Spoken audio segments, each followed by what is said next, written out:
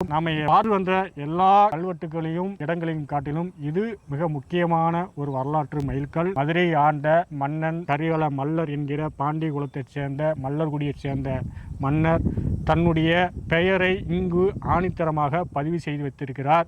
அது மட்டுமல்ல, அவருடைய அமைச்சர் பெயரையும் நாராயணன் சொல்லி பதிவு பண்ணியிருக்காங்க. இங்க இருக்கிற இந்த நம்ம ஐயா இருக்கிறாரு, இவர் நீர் சமூகத்தின் மடை குடும்பர் என்று சொல்லப்படுகிற மடைகளை பராமரிக்கக்கூடிய அந்த பொறுப்புகளை அன்றைக்கு இந்த மன்னன் இவர்களுக்கு வழங்கப்பட்டிருக்கிறார்.